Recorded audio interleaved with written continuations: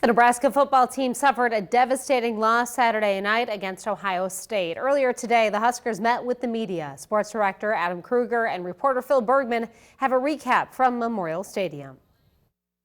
Nebraska tries to put that embarrassing loss to Ohio State in the past. They try to move on to Northwestern, the defending Big Ten West champs, coming to Lincoln Saturday. Should be a great game, a great environment, and the Huskers are going to be hungry for a win following this brutal beatdown against the Buckeyes here on Saturday. They tried to put that loss in the past, didn't really want to talk about it much. Adrian Martinez really didn't want to dissect with the media what specifically went wrong, just says you got to be better overall. And Adrian Martinez was the talk of a lot of today's Monday's press conference, especially with Scott Frost, the second-year head Husker, quick to defend his second-year quarterback. It's not all Adrian Martinez's fault. I know he might be in a little bit of a sophomore slump per se, but the offensive line is making him throw the ball really quickly. Some of the receivers might not be getting open as much. Football's an 11 versus 11 team game. You can't blame one guy.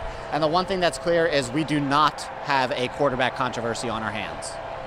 Yeah, Frost was a little surprised, saying, I can't believe there's so much criticism of Adrian Martinez, basically saying if you know football, you know there are plenty of other issues. When Adrian takes that snap, first of all, he has to worry about the snap actually getting to him. Well, plenty of those snaps have been high this year. Also has to worry about, like you mentioned, the receivers being in the spots they're supposed to be in.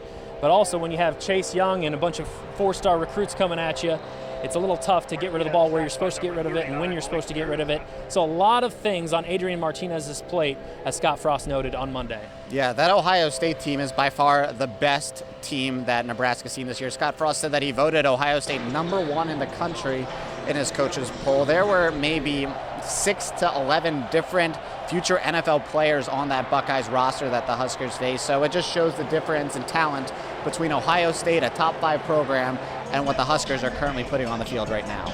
One positive actually from Monday's press conference was talking about the one positive drive, at least what it started out as a positive drive on Saturday in that first half when Nebraska drove down the field into Buckeye territory, mostly through the I formation, using the option, using Dedrick Mills as a fullback. And Scott Frost said a lot of that had to do with Ohio State's looks on defense that they were giving the Big Red, but Frost also saying that can be a part of the offense going forward. For a lot of the fans that remember those teams in the late 90s and during the Tom Osborne era, I'm sure it was a fun reminder of the past. The team told me that this offense was only installed a week ago, and Scott Frost actually showed film of himself in the offense to show what it could be like, and I wouldn't be surprised if we see more of this nostalgia-looking system moving forward. So definitely a blow to the Big Red on Saturday, getting embarrassed by Ohio State, but a very, very key stretch for NU coming up with these next few games. They do have a bye week in between there, but the next 4 games, Northwestern, then at Minnesota, you have a bye week in there. You also have Indiana, Purdue, 4 very winnable games. Those teams combined 1-5 so far in the Big Ten. The next few weeks are there for the taking for Nebraska. It might be a little bit of a hot take, but these are the types of teams that the Huskers are competing with right now, and if they want to move up to the next level, they have to win most, if not all, of these games to show that they belong in the conversation as one of the best in the Big Ten West. And this first opponent is the last team to be the best in the Big Ten West, Northwestern. The Wildcats are only 1-3 this year, but they're still a really good team, and they give the Huskers a lot of trouble. They did come here 2 years ago, win in overtime, and they won in Evanston last year.